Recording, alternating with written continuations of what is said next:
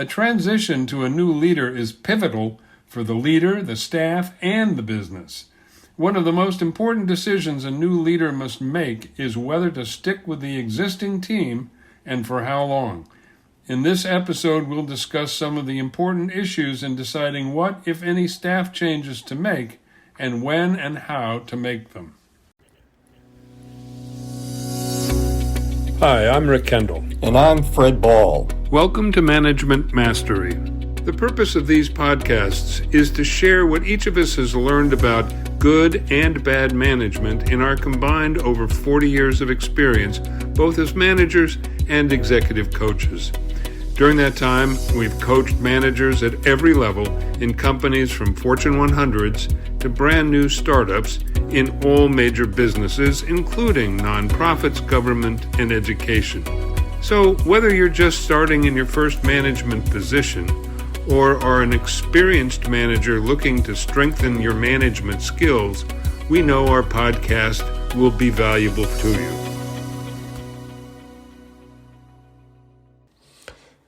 When a new manager is hired or promoted, the first few months can have a major impact on the leader's success or failure.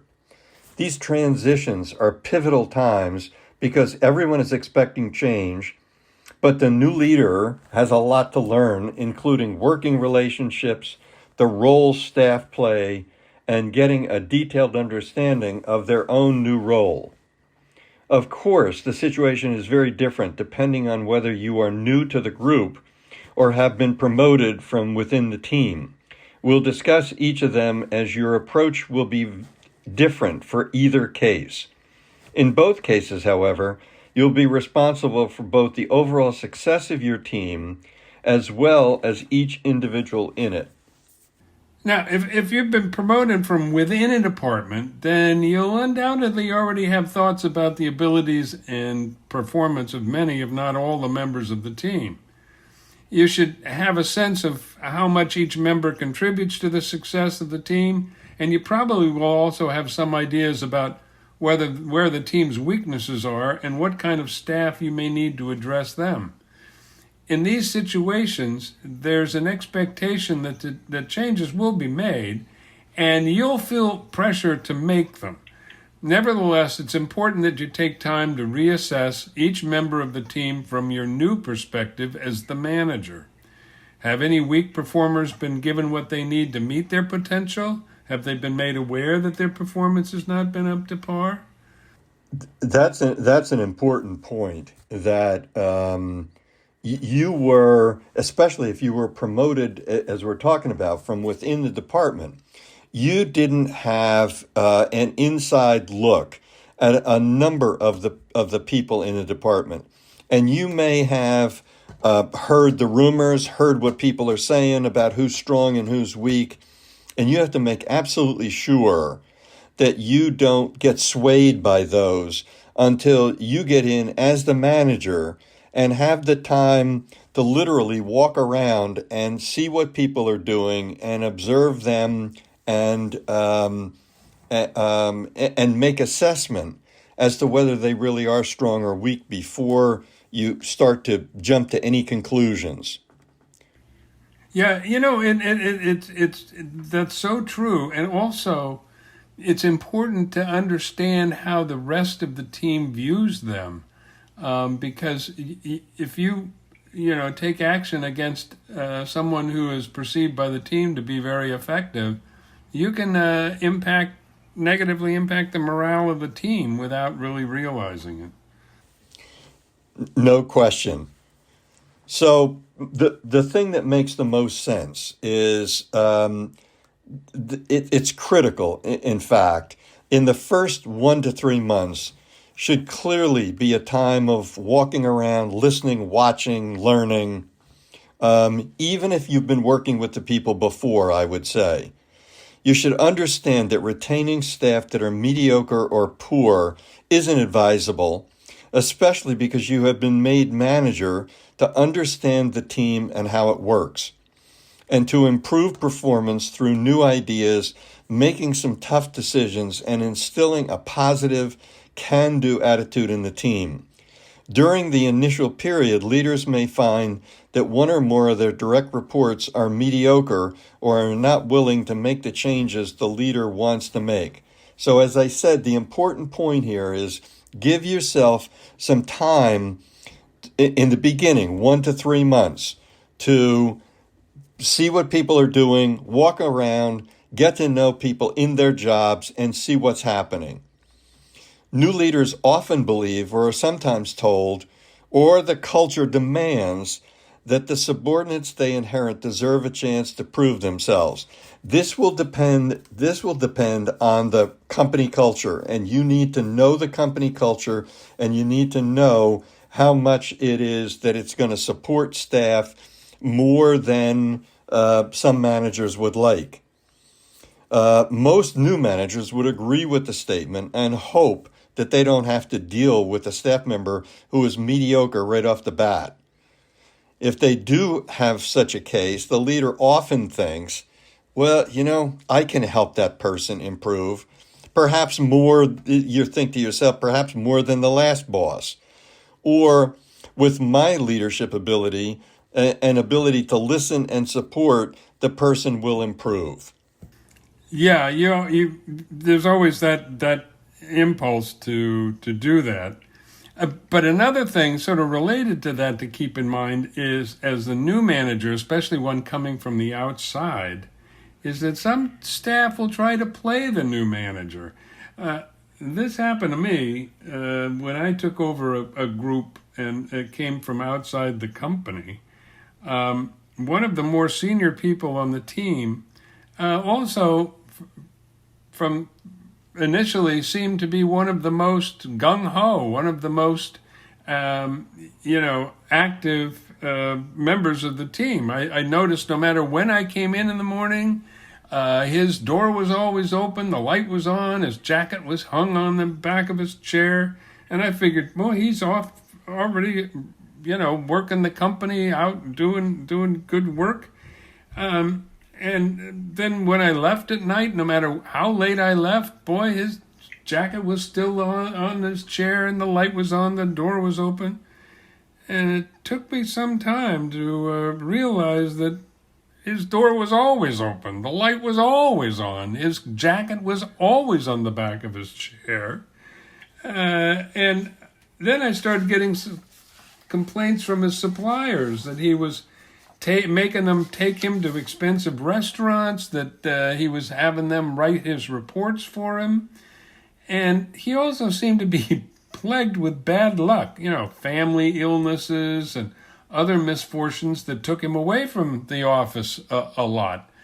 And it wasn't until another long-term executive in the company, and this guy's name came up, and he says, so what's his name's tragedy of the week? And then I realized I'd been being played all that time, and I finally had to let him go. That's too bad that something comes to that, to that point.